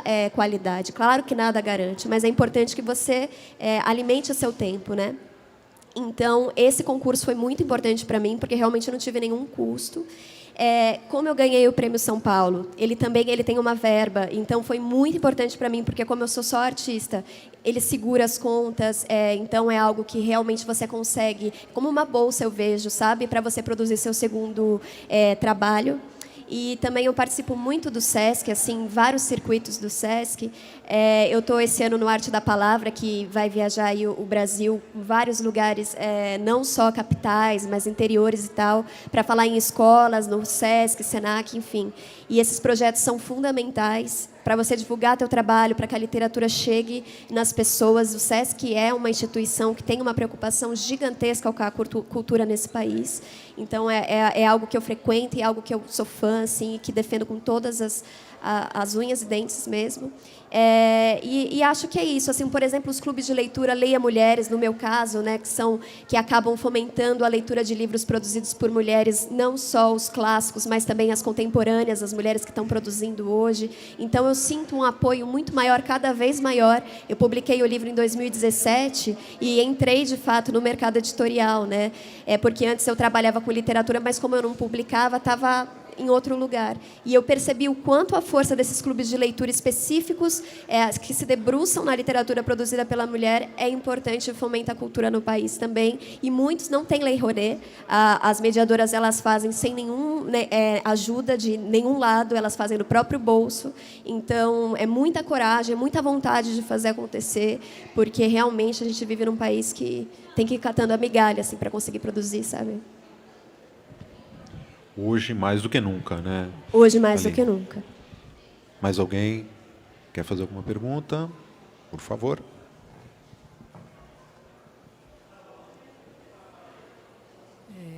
Bom dia. Eu queria comentar só... É uma curiosidade um pouco, mas, assim, nós estamos diante de 2 artistas, 2 escritores, e eu não sei se isso é por acaso, porque foram escolhidos esses 2... e o que cada um teria a comentar sobre a obra do outro, do ponto de vista do processo criativo. Porque os dois contaram muito sobre o próprio processo criativo, mas, digamos que, em algum momento, esse processo criativo gerou uma alteridade. Quer dizer, o termo da gaveta, você se torna leitor também do seu próprio trabalho, né? Então, você, leitor do seu próprio trabalho, como você lê o trabalho do outro. Quer dizer, qual é o acaso de vocês dois, jovens, premiados em primeiros trabalhos na vida? Qual a identidade, sem fazer brincadeira com a identidade, ou a falta de identidade, ou a diversidade que tem entre vocês? Eu e o Fê, a gente se conheceu, eu conheci... para falar um pouco do trabalho dele, né? Eu vou falar do trabalho do outro, né? Eu conheci o Fê quando eu tinha um site de arte e cultura, o Oitava Arte, e a gente fazia... Era eu e uma colega da faculdade, a Juliana Ferreira, e a gente fazia, além de vários projetos dentro do site, a gente fazia entrevistas também, que chamava Bar Café. E eu conheci o trabalho do Fê primeiro pelo Mentiras, eu ainda não era publicada, e fiquei encantada com o trabalho dele. Um livro todo em diálogos por uma atriz, é algo de enlouquecer a cabeça, né? E aí a gente propôs uma entrevista para ele, assim, com ele na Livraria da Vila. Foi incrível, foi uma conexão imediata, e ficamos assim, amigos, né, colegas. Quando eu publiquei, ele me deu uma força tremenda, a gente tomou um café para conversar um pouco sobre o meu livro, e aí um pouco depois ele publicou Identidades, e a gente segue nessa trajetória, fazendo algumas coisas juntos, menos mesa, porque as mesas acabam acontecendo mais entre mulheres, no meu caso. Então, é muito raro a gente fazer evento junto como hoje. Fizemos um primeiro, eu acho, fizemos 2 vezes, né? Mas nessa trajetória de 3 anos de amizade, acho que essa é a nossa 3ª mesa. Mas a gente tem um projeto de uma banda juntos, que chama Palavras Cruzadas, que é um projeto que nasceu... Aí ele pode explicar o melhor, porque nasceu dele. Aí, nesse meio do caminho, que é dessa história que a Aline estava contando, eu vi ela declamando em algum sarau, alguma coisa. No Sarau do Caixote. Sarau do Caixote, Aline... é verdade, ele participou. Eu tinha um outro projeto nesse site que chamava Sarau do Caixote, que ele nasceu na rua, ele tinha um caixotinho mesmo, que a gente subia no caixote, falava as coisas e tal. E aí depois ele foi para espaços fechados, e aí eu convidei o Fê também, que a gente já tinha entrevistado ele, para ele cantar, porque ele me falou que ele cantava na entrevista. E eu não tinha escutado ainda, eu falei, Fê, canta lá pra gente e tal. E aí eu vi a Aline declamando, e começou a surgir uma ideia de montar uma banda de escritores. E, num primeiro momento, era eu, Marcelo Maluf e o Rafael Galo, para fazer uma apresentação no Sesc 24 de Maio. E a gente convidou a Aline. Eu tinha gostado da forma que ela declamava os textos dela, né, que resvalava um pouco no teatro, né, e uma interpretação muito forte, né, que a Aline tem do próprio texto e de outros textos também, né, mas... Enfim, e aí a gente convidou a Aline para fazer essa primeira apresentação com a gente. Acabou que esse núcleo que a gente tinha bolado num primeiro momento dos escritores, isso se dispersou por questões várias. E eu e a Aline seguimos ensaiando, e a gente fez algumas apresentações, eu e ela, só em 2018, e aí depois, em determinado momento, a gente decidiu que a gente ia começar a convidar outros escritores ou músicos também para participar das nossas apresentações. E a gente fez uma série de apresentações de 2018 para cá, e nos formatos mais variados possíveis, né? Às vezes com banda, com bateria, às vezes com... a última foi com o André Memari tocando piano, tocando sintetizadores analógicos, e um grupo declamando os próprios textos, né? E um ou outro de outros autores, né? Era eu, a Aline, a Alice Santana e a Natália Lage. Então a gente vai fazendo essas apresentações quando é possível, né? Tem toda uma questão de agenda, enfim, mas a gente... O trabalho um em relação ao outro, eu acho que acaba tendo uma influência grande, né, Aline? Porque a gente convive bastante, a gente se fala muito, E teve um período da nossa amizade que a gente ficou um ano ensaiando antes do Palavras começar a se apresentar, quando a banda se dispersou e ficou só eu e ele, a gente ficou montando, toda sexta-feira a gente se encontrava para montar o que a gente queria apresentar. E a gente produzia nossos textos, e ele as músicas, e trazia, e lia um para o outro. E eu acho esse trabalho de troca tão fundamental, né, entre os escritores, entre os artistas, isso acaba inspirando a gente a produzir cada vez mais, sabe? Eu acho que foi essa fase de que a gente estava ensaiando e montando um projeto, eu acho que foi incrível, assim, que durou praticamente um ano, com encontros semanais, assim, e a gente acho que evoluiu bastante, né? Eu evolui bastante ali, acho que essa é a influência, e admiro muito o trabalho da Aline, né? Também por isso que fazia questão de estar por perto também e deixando que a voz da Aline entrasse para dentro do meu trabalho também. Acho que isso é sensacional, acho muito rico e foi um privilégio ter isso. É um privilégio, né, ter isso ainda. Igualmente, total, assina embaixo. Somos amigos, por isso que a gente está aqui, né? Eles viram unidade na nossa produção. Somos da mesma geração, praticamente, então dialoga muito. Oi? Ah, tá bom.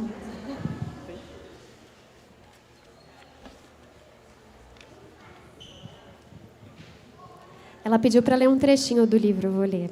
Eu vou ler a primeira folha, assim, o primeiro momento mesmo, quando a menina de 8 anos está começando a entrar na cena aqui. Seu Luiz é um velho sabido com cheiro de grama. Acho que o desodorante dele é verde.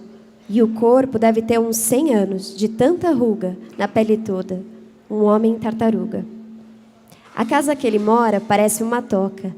Tem muita árvore antes de começar pela sala, de sofá cinza e um eterno presépio que fica o ano inteiro na mesa de centro, com o menino Jesus fora da manjedoura. Quando o seu Luiz não está olhando, eu coloco o Jesusinho de volta na cama, coitado. E depois de dias, quando eu volto, sempre de mão dada com a minha mãe, o Jesus está fora da cama, mais uma vez. Aí eu fiquei religiosa, achando Deusinho um menino teimoso. Seu Luiz é benzedor.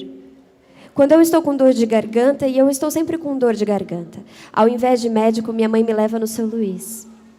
Fico tensa antes e toda vez, porque acho aquela casa com muito cheiro de mato, a TV ligada num canal que ninguém assiste.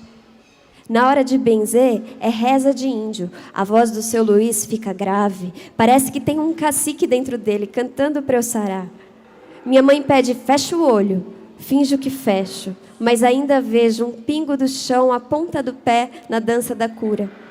Dá um pouco de medo, misturado com vontade de rir, mas a bênção funciona. Depois de uns 3 dias, a minha garganta para de doer para sempre, até a próxima dor.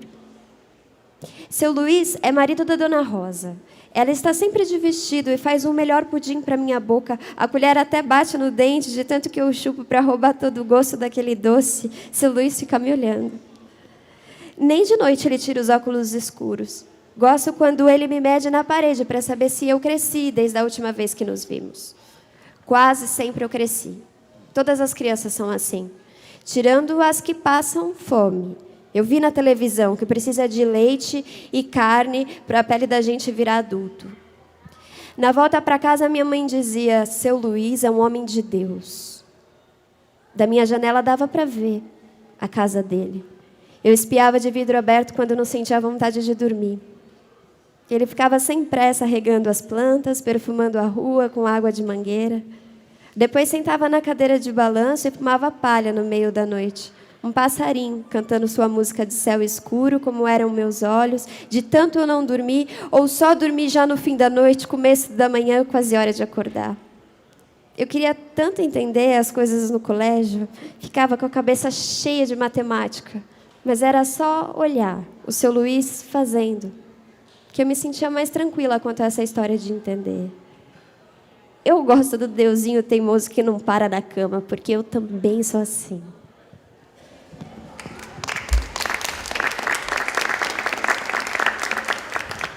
Aproveitando a deixa, eu queria convidar o Felipe para escolher um trecho de algum dos livros dele. Eu trouxe um Pushkin. Ou Pushkin. Tudo bem, vamos lá. Inédito, ninguém viu, ninguém conhece. Melhor ainda.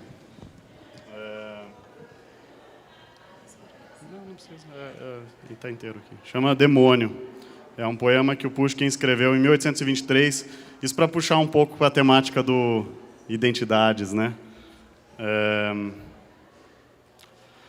Outrora foram todas novas da vida as impressões, faróis, olhar de virgens, galhos, trovas e tons também de rouxinóis. Outrora imenso o sentimento por liberdade, glória, amor, mais arte além de mero intento. Brandia o sangue com vigor.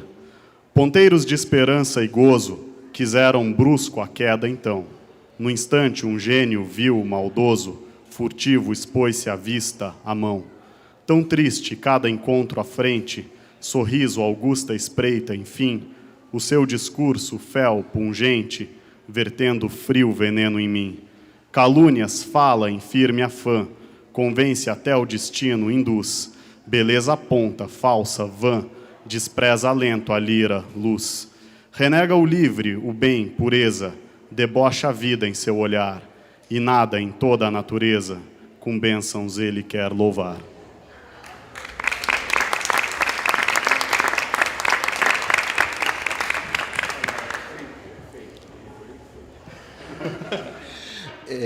Você já tem, enfim, a publicação desse material está encaminhada? Como é que está isso? Tem um projeto, assim, né? Porque eu estou fazendo muito aos poucos também, né? Assim, dentro dessa vida de escrever romance, escrever poema, em vários suportes. Uma hora sai, né?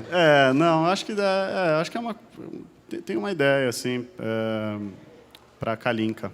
Uma editora só publica livros russos. Mas, enfim, ainda não tem um livro pronto, assim. Acho que em breve terei. Aline, eu sei que você tem uma maneira muito especial de divulgar o seu trabalho, né? Assim, tudo bem, tem as redes sociais e tal, mas parece que você vende muito livro diretamente ao consumidor. Isso é uma coisa tanto quanto inusual, né? Enfim, sim. Pelo menos, não é que você vende uns 10 ou 15, você vende as centenas, né? Conta um pouco como que isso começou. Acho que é uma história interessante e acho que merece ser relatada aqui, para as pessoas saberem, porque é muito diferente, enfim, não é usual, né? E como a gente vê hoje, né, o livro, enfim, não passa pelos seus melhores dias entre nós, a cultura em geral não passa. E você buscou uma forma meio guerrilheira, aí, sei lá, uma palavra um pouco boba, mas, enfim, na raça, na unha você está vendendo, né? Você não fica confiando no departamento de marketing, ou enfim, ou na editora e tal, nenhuma crítica à editora, né? Mas é difícil encontrar um espaço, né? E você foi à luta, quer dizer, você além de escrever, você estava vendendo o seu próprio livro, isso não é nem mais tarefa do autor, né? Mas você encampou isso. Conta um pouco como isso começou e, enfim, se você puder colocar alguns números aí, seria interessante para a gente saber, né? Tá bom. Eu acho importante dizer que eu sempre tive esse perfil, assim, de colocar a mão na massa para que as coisas acontecessem. Eu me lembro, na faculdade, eu logo entrei no centro acadêmico, comecei a fazer festa para arrecadar dinheiro, carregava cerveja na mochila para entrar na PUC que não podia, a gente carregava uma mochila escondida. Então, assim, eu sempre fui da parte da produção também. E gosto, eu me sinto bem fazendo. E quando eu tinha o site de arte e cultura também, a gente tinha esse sarau na rua, a gente levava o caixote que era super pesado, com uma caixa de som na mão. Então, às vezes, a gente pegava por partes, assim, do carro até o lugar que a gente ia fazer, geralmente no Lago da Batata, por exemplo. Então, era bastante peso, bastante difícil, mas a gente achava que tudo valia a pena para que a gente se encontrasse, que, por exemplo, a gente estava ali na rua com as pessoas que a gente convidava, mas, de repente, vinha uma pessoa que a gente não conhecia e parava e falava um belo poema. Então, assim, todo mundo tem um poema no bolso, sabe? A gente ficava com essa impressão. Porque o que a gente escuta muito como autor iniciante a profissão é muito difícil. E né? É muito desafiadora. Mas é como você diz, o que a gente mais escuta o livro não está nos seus melhores dias e parece que ele nunca esteve. Então, é sempre muito desanimador começar a escrever e publicar, porque parece que não vai dar certo, você não vai ser lido. E como eu fiz essa oficina com o Marcelino, e o Marcelino ele tem um perfil também de agitador cultural, que casa muito com o meu eu, que também é assim, ele sempre falou, olha, o melhor distribuidor do livro é a axila, é o debaixo do braço, é você indo de lugar em lugar. E ele fala isso sempre com muito humor, muita alegria. E eu me identifico muito com essa postura dele. E quando eu ia publicar, antes da Nós entrar na jogada, que é a nossa editora, tanto minha quanto a do Fê, o livro ia sair pela Edite, que é um selo do Marcelino, que é um selo ainda mais independente. Então, eu já estava totalmente preparada para vender meu livro, colocar debaixo do braço. Sou frequentadora de sarau. Então, para mim, era isso mesmo. Eu não tinha nenhuma dúvida de que seria assim. Eu não estava esperando ver meu livro na livraria e também não tinha esse sonho, por enquanto. Eu imaginava mesmo que ia ser uma coisa muito mais de corpo a corpo. E quando eu comecei a fazer, eu estava achando que eu ia vender pouco porque as pessoas me falavam, ninguém lê. Só que o que eu comecei a perceber? Pode até ser que a maioria, claro, da população não lê ainda, porque as pessoas têm muito interesse em começar a ler mais. Muita gente que eu converso fala, olha, eu não leio, mas eu queria muito ler mais, eu vou dar uma chance, então, para o teu livro. E aí, a partir do teu livro, começa a frequentar a biblioteca. Então, eu acho que, mais do que se conformar com a cena que está estabelecida, é a gente agir para transformar isso, né? E eu gosto muito de ser essa agente da leitura, de estar aqui conversando com vocês, conversando com o pessoal que está em casa, e ir nos eventos, e conhecer gente, e vender meu livro pela internet faz parte dessa militância. Só que começou, de fato, a dar muito certo, e como eu sou uma pessoa que vivo de literatura, começou a funcionar como um salário, porque se eu fosse esperar direito autoral, ia demorar 6 meses, 1 ano para que isso chegasse, e chega de uma forma fragmentada, o autor tem 10%, 5%, depende do acordo com a editora, então é muito pouco que chega mesmo, né? Então, como eu vendo o meu próprio livro, eu compro com a editora e a porcentagem que eu ganho em cada exemplar é um pouco maior. Então, eu comecei a perceber que era legal isso. E o mais importante, o contato com o leitor. Eu tenho um mapeamento emocional do pássaro muito legal, porque como sou eu mesma que vendo, as pessoas elas não ficam... Como eu sou cara de pau, as pessoas também são cara de pau comigo. Então, elas mandam feedback, o que elas acharam, o que elas gostaram, o que elas não gostaram. E para um autor em formação, eu acho isso tão importante, tão importante. Foi um livro que, no começo, ganhou muitos nãos, assim, pela estrutura fragmentada, por ser uma história com uma mulher protagonista. Então, foram muitos nãos. Então, é muito bacana ver como o Pássaro é um livro de superação, de resistência, de confiar no teu trabalho. E digo isso principalmente para as mulheres. A gente precisa confiar muito no que a gente está fazendo, porque parece que o mundo conspira para que manda uma mensagem negativa de não vai dar certo, olha, não vai dar certo e tal. E deu. O livro ele está com 17 mil exemplares vendidos. Para uma editora independente é um número muito grande. Eu falo isso não porque eu sou metida, eu falo isso como um ato para mostrar, olha, literatura vende sim, porque a mensagem que eu recebi era não vende não. Então, eu estou dizendo o oposto, com números aí, podem perguntar para a minha editora. E eu acho que é isso, se você ser protagonista do teu livro, para mim funciona. Não é uma coisa que você é obrigado a fazer, ninguém é obrigado a fazer, não é trabalho de um ou de outro, não vejo assim. Eu vejo como uma coisa que eu gosto de fazer, para mim me dá prazer, porque o que seria pior seria publicar um livro que ninguém lê ou ninguém tem acesso, por diversos motivos. Então, eu prefiro correr atrás dessa... E o interessante é que, de quebra, você acaba conhecendo muito bem o teu público, o teu leitor, né? E você tem um retorno das pessoas também. Eu sei que isso não é... Enfim, depende muito do escritor. Tem escritor que não está muito preocupado com isso, outros estão mais, mas acho que, pelo que eu pude ver com você, isso te interessa muito, isso te alimenta também na tua criação, né? Então, ainda você tem esse outro dado, né? Uma inserção muito específica, muito especial, né, de conhecer o teu público. Exato. E eu acho que, como eu venho do teatro também, que também é uma arte de muita resistência no Brasil, que também o ator, ele não é só o cara que atua, que está no camarim esperando a peça começar para ele entrar em cena. O ator, ele é o cara que corre atrás do figurino, que carrega a caixa, que faz a iluminação acontecer se o cara falta, que às vezes dirige um amigo em cena. O ator é muito versátil. E o teatro também é uma arte cara, né? E é uma arte que tem muito pouco incentivo no Brasil. Então, eu já venho mesmo com essa ânsia de fazer acontecer. E acho que para mim, foi tudo muito natural. Mas foi sendo um susto, porque, claro, não foi uma coisa que aconteceu brutalmente do nada. Foi algo que eu fui fazendo devagar e a coisa foi aumentando, o prêmio ajudou muito. E aí eu fui furando essas bolhas, essas microbolhas que a gente está. E hoje eu posso dizer que sou lida por pessoas de várias idades, de várias classes sociais, de vários estados, porque isso também era uma angústia que eu tenho, porque a gente fica muito com essa coisa da livraria, mas aonde que tem livraria no Brasil? Sudeste, Sul... Você vai lá para o norte, são pouquíssimos. Eu estava em Maceió fazendo um evento, minha amiga que é leitora falou que a maioria dos livros que ela quer ler é tudo pela Amazon, porque a livraria é uma livraria que traz títulos mais gringos, uma ou outra coisa, de literatura contemporânea não chega quase nada. Então, assim, a gente tem que ter essa noção, né, do país que a gente vive e da distribuição que a gente tem de livros. Então... Alguém quer fazer alguma pergunta? O microfone está aí. Bom... eu queria só voltar um pouco no seu livro. A gente acabou se afastando, né, nas perguntas foram levando a gente para outras searas. Você mesma colocou, né? Seu livro é em primeira pessoa. Bom, ele é 98% em primeira pessoa. Chega um momento lá no fim, você vira a página, muda o foco narrativo. Do eu, passa para a terceira, né? Ela, tal. Bom, é o desfecho do livro, é um momento importante. Não vamos contar, enfim, tudo bem. Fica aqui entre nós o desfecho. Mas, e obviamente isso chama a atenção. Né? É a única vez que isso acontece, esse movimento acontece no livro, e num momento absolutamente fundamental da história e tal, da narrativa. Bom, você podia ter adotado outras soluções, evidentemente. Por que você tomou essa decisão de mudar o foco narrativo ali? E eu não sei se é proposital, mas é ao virar de página, né? Você chega embaixo da página, virou, pumba, mudou o foco, né? Não é um novo capítulo, não tem nenhuma marca, né? Está na continuidade também, né? Virou a página, está lá em cima e aí muda. E aí vai assim até o final. Eu queria saber um pouco como que você chegou nessa solução, por quê, enfim, o que você puder falar, né, a respeito disso. Quando eu comecei, eu sou uma escritora que gosta da primeira pessoa, mas apesar de eu escrever muitos contos em terceira, contos ou textos, né, não sei se são contos, mas eu gosto da primeira pessoa por essa proximidade que eu estava conversando com a Lu, né, que você consegue vestir certas coisas da personagem com mais pele do que um distanciamento que a terceira acaba dando.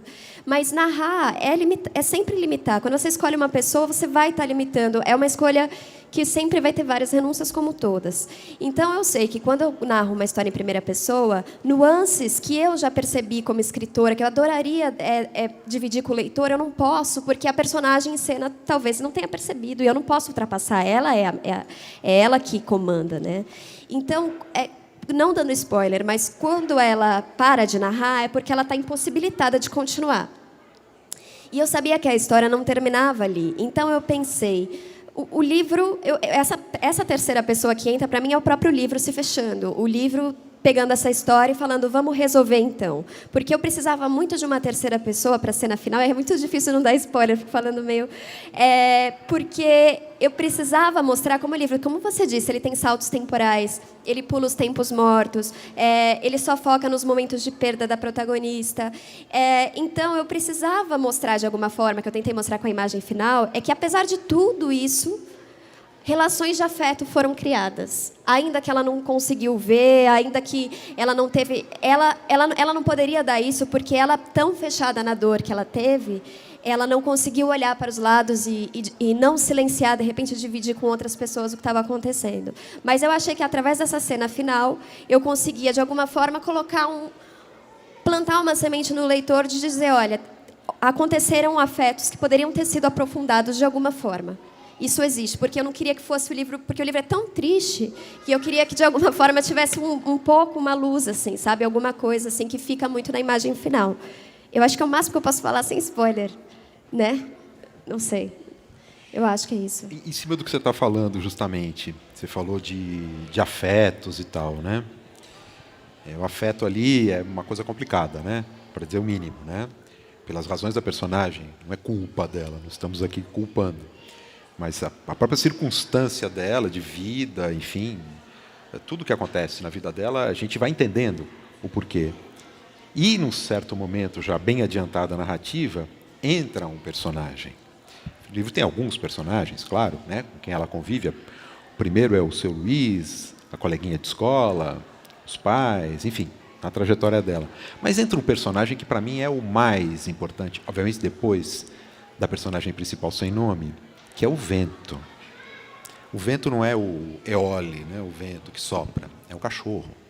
E não é um cachorro qualquer, é um cachorro grandão, desajeitado, que no primeiro momento, quando ele surge, enfim, parece que trata-se de um cachorro velho, doente. Bom, esse cachorro não vai viver muito. E o cachorro acompanha, né, essa personagem durante uns bons anos, né? A gente pode ver pelos saltos temporais que são pontuados pela idade da personagem, né? E é um cachorro. E ela tem uma troca afetiva com esse cachorro, né? Muito grande, mais do que com qualquer outro personagem humano. Não sei, pelo menos é o que eu senti, né? E esse personagem é misterioso, né? Porque ele é um cachorro, ele não fala, né? E ele age, obviamente, como um cachorro, né? Ele não tem poderes, né? Ele é um cachorro, mas é impressionante como ele tem uma participação, uma densidade aí na trajetória dela, e ele é fundamental para o desfecho, né? Para o que vai acontecer no final, né? Enfim, o destino dele está ligado ao destino dela, né? De uma maneira como nenhuma outra personagem, né? Nenhuma das outras figuras humanas, né? Teve durante o livro. Isso é muito interessante também, e, claro, enfatiza, obviamente, a solidão, o auto-isolamento, sem dúvida, né? Você trabalha isso de inúmeras formas, né? Às vezes muito sutis, às vezes, né? Por exemplo, o espaço entre as palavras, a página mais desprovida de palavras, né? pela própria estrutura em versos, não é aqueles parágrafos densos, né? Se fosse uma prosa corrida, né? Essas quebras nos versos permitem sentir isso, né? O leitor sentir isso de uma maneira nem racional, é por pura sensação, né? E o vento, eu acho que ele contribui para tudo isso. Eu queria que você falasse um pouco desse personagem, obviamente, enfim, aí se você quiser contar toda a história também, fica totalmente à vontade, né? Quem sou eu aqui para cortar o seu barato? Mas eu queria que você desenvolvesse um pouco esse personagem, contasse um pouco como que ele surge na história, porque não é algo também comum, né, na literatura. Existem casos, óbvio, mas é algo que chama atenção, né? Sim. Bom, eu também preciso dizer que eu sou uma pessoa que amo cachorros, né? Então, eu acho que talvez se eu não amasse tanto cachorros, era difícil eu ter essa noção do quanto o cachorro, às vezes, salva a gente do nosso abandono, da nossa solidão. Mas um fato que aconteceu na minha vida pessoal, que eu acho que tem muita relevância aí na criação do vento, a minha avó, por parte de pai, ela ficou viúva, ela teve um casamento, como esses casamentos que a gente vê mais antigos, que duram pela vida até a morte de algum dos parceiros. E depois que o meu avô faleceu, ela realmente ficou se sentindo muito só. E aí, um dos filhos comprou um cachorrinho para ela, um poodlezinho toy, pequenininho, bebê, assim, ele era novinho. E depois que meu avô morreu, um ano e pouco depois, ela já faleceu também. E o mais surpreendente foi o cachorrinho, dias depois, também morrer. E ele era novo, ele não era um cachorro velho nem nada. É uma coisa assim, ele escolheu também partir, porque a relação que eles criaram naquele 1 ano de solidão foi muito profunda. Então, quem gosta de cachorro sabe como é, né? A gente, às vezes, consegue, com o cachorro, desfrutar de uma companhia mais humana do que um humano. Assim, é muito maluco, mas é verdade. Então, eu achei que, como essa personagem ela estava muito isolada da sociedade por todas as dores que ela foi acumulando e não dividiu com mais ninguém, eu achei que a única salvação que ela poderia ter não viria do campo humano mesmo. E quando ela encontra o vento, ela encontra ele por acaso. Isso eu acho que não é spoiler, porque é algo que está dado. Ela encontra ele num posto de gasolina, ela foi por acaso, e ele é um cachorro abandonado. Mas o tempo todo eu tentei trabalhar essa relação de que o abandono era mútuo, e que, na verdade, um estava salvando o outro daquilo. Então, quando ela adota o cachorro, não é um ato só de bondade da parte dela, para ela ser uma mulher com um coração gigante e tal. É claro que ela mas foi por autoabandono. Então, naquele cachorro tão abandonado quanto, ali eles podiam ter um diálogo. Ali ele entendeu o que acontece com ela e ela entendeu o que acontece com ele, sem verbalizar, porque como é uma mulher que silenciou, o silêncio era o melhor caminho para ela, né, para lidar com as dores, porque foi o que acabou acontecendo. Então, naquela troca, e acho que escolhi ele ser tão grande, porque eu acho que o abandono dela também era muito grande. Eu acho que para preencher tudo isso, ele teria que ser fisicamente robusto e ter uma presença. Acho que tem muito a ver com o que você disse também, do cachorro na literatura ser um silêncio, que você evoca a presença dele, mas até onde eu escolhi ele não fala. Então, achei que a presença dele ser fisicamente grande, um potrão, eu achei que o leitor ia gostar de ver ele em cena, ia ia ser bom para o leitor, assim, dar uma arejada, porque é tanta dor, né? Então, pelo menos vamos imaginar esse cachorrão gigante na casa. Ele é preto ainda por cima, quer Sim. dizer, ele ocupa visualmente, Ele é ele ainda mais noturno, pesado, ele fica é- maior, Sim. né? Não tem, se ele fosse grandão e branco, haveria alguma leveza, alguma possibilidade de, né, de ser menos, enfim, ele ocupa mais espaço. Ele ocupa, parece, ele é né? noturno, ele é muito, ele tem machucados, ele tem um Intensifica. olho de vinho, né? Uma coisa. Eu já vi uns ventos por aí, não muitos, mas aqui em Pinheiros eu vi um bem grandão, um dog alemão e tal. Mas apesar que eu idealizei um cachorro sem raça, né? Um cachorro meio. Então ele é um pouco místico também. É uma figura que quando ele entra no livro, o livro vai para um realismo fantástico, né? Então até que ponto isso está dentro da cabeça dela? Porque como é um livro em primeira, a gente também tem muita. Quando a gente entra dentro do nosso pensamento, tanta alucinação. E eu acho que quando ele entrou, eu falei, tudo bem o livro ir para outro lugar, assim, e entrar elementos do realismo fantástico, porque ele é fantástico, é um cachorro fantástico. Então, Não, acho que tem um antes e um depois, né, na narrativa. Quando entra esse personagem, ela também, assim, a gente começa a enxergá-la de uma outra maneira também. A gente fica, não sei, dá um outro olhar, é uma evolução, ela se torna mais complexa. A gente entende melhor a personagem, né, por essa interlocução com o cachorro, né, curiosamente. Né.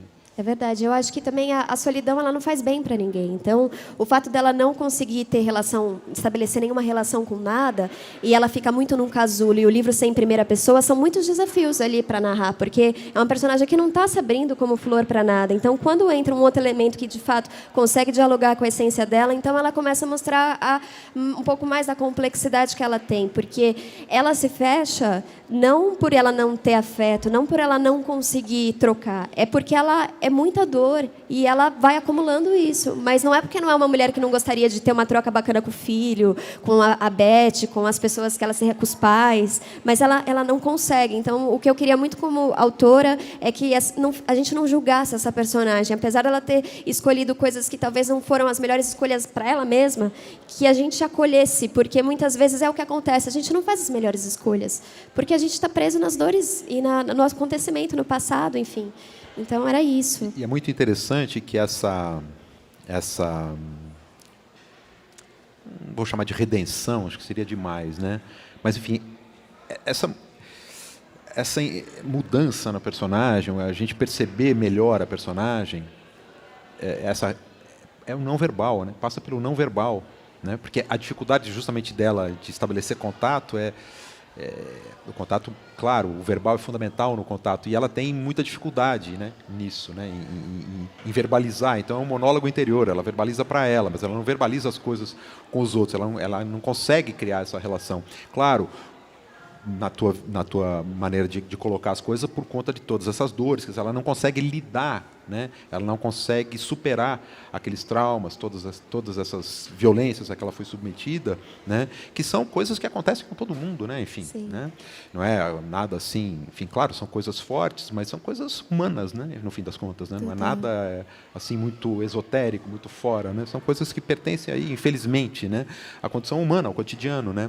E ela consegue, talvez pelo fato justamente de ser uma relação não verbal, aí ela consegue talvez se expressar, ela consegue ser mais autêntica, ela consegue estabelecer uma troca aí, né? Sem dúvida, sem dúvida. E uma angústia que eu tenho muito como escritora é que, como ator, você consegue estar no palco. Eu falo sempre do teatro porque a minha formação é no teatro. Eu não cheguei a fazer cinema nem televisão. Mas na questão do palco, você consegue, como ator, com o seu corpo de ator em intenção, dá um silêncio preenchido, que a gente chama, né? Então, às vezes, você está num momento sem ação, um momento sem palavra, e o espectador ele consegue, através da posição corporal do ator, do jeito que ele olha para frente, do jeito que ele fuma um cigarro, entender por que ele matou, entender como ele abandonou, entender o estado que ele está, total. Assim, então, o ator ele consegue dar isso. E como a gente, como escritor, sem abusar da palavra, como é que a gente consegue colocar, né, esse personagem em situação? É sempre, para mim, o silêncio é um grande tema da literatura, sabe? Como explorar o silêncio na literatura, de fato, com silêncios, assim, sabe? Sem o excesso da palavra. É uma angústia que eu tenho que vai continuar, porque são respostas que não existem, né? Então, que vão guiando aí a nossa criação, de qualquer forma. Alguém quer fazer mais alguma pergunta? Nosso tempo está terminando. Eu queria fazer uma última pergunta para vocês dois, ou talvez uma penúltima, não sei. Queria saber um pouco do processo criativo de vocês. Quer dizer, como que vocês encaram a tarefa, né, da escrita? Né? É uma coisa diária, é de manhã, é de noite, enfim, vocês têm um ritual? Como que é esse processo? Que é um processo eminentemente solitário, obviamente com suas angústias próprias, né? Vocês escrevem à mão, vocês escrevem no computador, enfim, existe a angústia da página em branco, não existe, enfim, como que vocês lidam, né, cotidianamente com a mecânica, né, desse ofício, né, que é solitário e difícil? Eu acordo às 5:50 da manhã e escrevo até apagar. Estaria escrevendo agora se eu não estivesse aqui. Ou fazendo alguma outra coisa relacionada à criação, né? Pode ser música, sei lá, também. Dentro desse universo, assim, né? Eu escrevo o tempo inteiro, no computador, reviso à mão, imprimo, reviso à mão. Angústia da página em branco não tem, porque eu escrevo devagar, assim, né? São muitas horas em cima de um texto para que ele tenha algum avanço, assim, né? Então, acho que dá para dizer que eu escrevo bem devagar, assim. Fico o dia inteiro para fazer um parágrafo, assim, ou um poema, sei lá, meio poema. E reviso bastante tudo, exaustivamente, enlouquecidamente. Essa é a minha vida. Assim, eu sou o meu fantasma da minha própria pessoa na minha casa. Assim, então, eu tenho sorte de ter minha mulher, o meu enteado. Eles aceitam isso numa boa. Assim, então, é uma maravilha. Né? É sensacional. Meu processo criativo é parecido com o Fê. A gente é muito obsessivo, assim. Então, acho que outra coisa que liga muito a gente é essa sede por estar sempre no texto e tal. Mas eu tenho uma dinâmica um pouco diferente de criação. Eu acordo cedo também, começo a trabalhar. Eu vou até umas 2, geralmente. No Pássaro foi diferente, porque como tinha um prazo, eu trabalhava o dia todo no livro. Agora, o segundo, eu tive essas pausas, porque eu tenho que ir no correio colocar os pássaros no correio, os pássaros do dia, enquanto eu escrevo o segundo, né? Então, eu tenho essa pausa à tarde. Mas espera aí, desculpa de interromper. Você vai todo dia ao correio, Sim, entregar, colocar livros para as pessoas. Para as pessoas que você está vendendo o seu livro. Todos os dias. O pessoal do correio te conhece. Sim, então. amigos. Mais inclusive, menos... Rô, se você estiver assistindo, um beijo para você. Porque a gente tem redes sociais juntos. Sim, verdade. Então, comenta aí, Rô. Então, mais ou menos, determinada hora do dia, você está no correio. Umas 3 horas, 3:30, eu estou no correio. Religiosamente, de segunda a sexta. Sim. Impressionante. Isso mostra que você vende bastante livro. Não, eu vendo bastante livro. E tem um momento que você deve fazer o pacote desses livros, imagino Pois é o que acontece. Então, o que eu faço? Eu paro 2 horas o texto, aí eu embrulho os livros do dia. É que eu já peguei muita prática, então eu faço rápido. Então, eu embrulho, sei lá, 10 livros, 15 livros por dia, 7 livros, varia. Eu faço rápido, em 40 minutos está feito. E aí eu almoço e vou para os correios. Aí, depois que eu volto dos correios, eu começo a vender os pássaros do dia para amanhã. Como que é essa venda? Aí é pelas redes sociais, tá, no Instagram, pedidos, Facebook. Aí eu vou conversar com as pessoas. Porque o que acontece? Eu geralmente uso um post de alguém que já compartilhou uma resenha ou uma foto do livro. Aí eu pego as pessoas que curtiram e mando mensagem para todas elas. E faço isso todos os dias até ser bloqueada diariamente. É um método absurdamente louco, mas funciona. E é isso, assim. Então, o meu trabalho de criação ele é dividido com o meu trabalho de produção, né? Isso não te atrapalha? Não influencia na criação? Não. Aí eu desligo. A Aline que vende livro, que divulga, não é a escritora. São várias Alines. Essas não, elas não convivem, elas nem se falam, assim, é outra pessoa. Essa que está aqui é a que vende livros. Porque a que escreve é meio fantasma na casa, igual o Fê falou, por isso que eu ri. Porque a gente fica fora do corpo, né? É uma coisa muito esquisita, assim. Agora, a social, a atriz, é essa que vem nos rolês e vende livro. E tem amizades. E pelo jeito você gosta de mudar a chave. Não é um problema. Eu adoro, porque como eu sou atriz mesmo, assim, ainda que eu não tenha palco, essa coisa de vários personagens sempre me influenciou. Tipo o Pirandello, né? 6 atores à procura. Como é que é aquele texto dele? 6 personagens à procura de um ator. É muito legal aquele texto. Eu sou bem versátil, assim, na minha personalidade. Eu gosto. Que bom. Quer dizer, tem a ver com a sua personalidade, com o seu jeito de ser. No microfone, por favor. Achei engraçado seu comentário de que manda mensagem para as pessoas e tal. A gente tem alguns amigos em comum nas redes sociais. e conheci seu trabalho aqui no Prêmio, né? Que eu trabalhei no evento aqui do Prêmio, trabalho na biblioteca.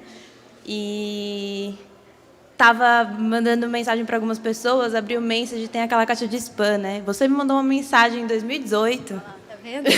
Tá vendo? Que não foi respondida porque ficou no spam, eu não vi. Que fala: oi, Sofia, tudo bem? Boa tarde. Eu lancei recentemente meu primeiro livro, um romance chamado O Peso do Pássaro Morto. E eu estou passando só para avisar que estou vendendo Menino.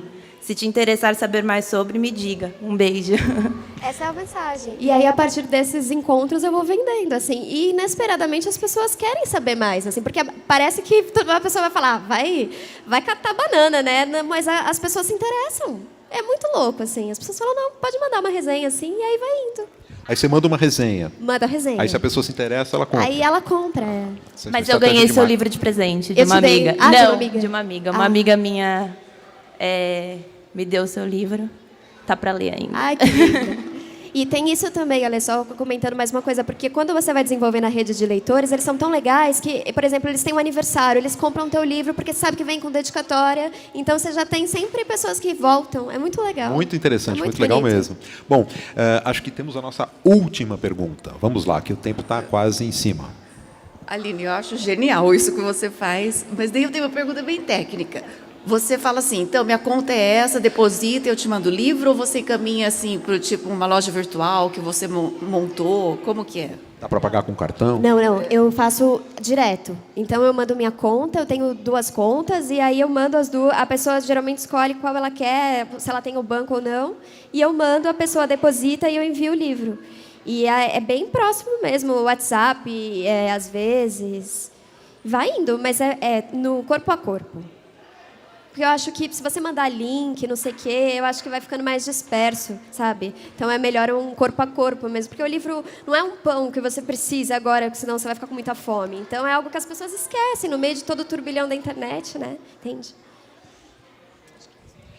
Beleza. Bom, eu agradeço a presença de todos vocês aqui, quem nos acompanhou à distância, virtualmente, e, evidentemente, aos nossos convidados, Aline Bey e o Felipe Munhoz. E eu gostaria de anunciar os próximos encontros aqui do Segundas Intenções, na Biblioteca de São Paulo, lá em Santana, no dia 28 de março, o Jari de Arraes. No dia 25 de abril, o poeta Heitor Ferraz Melo.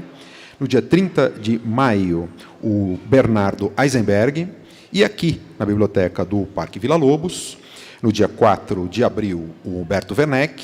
E no dia 9 de maio, a Noemi Jaffe. Muito obrigado a todos. Até uma próxima. Obrigado.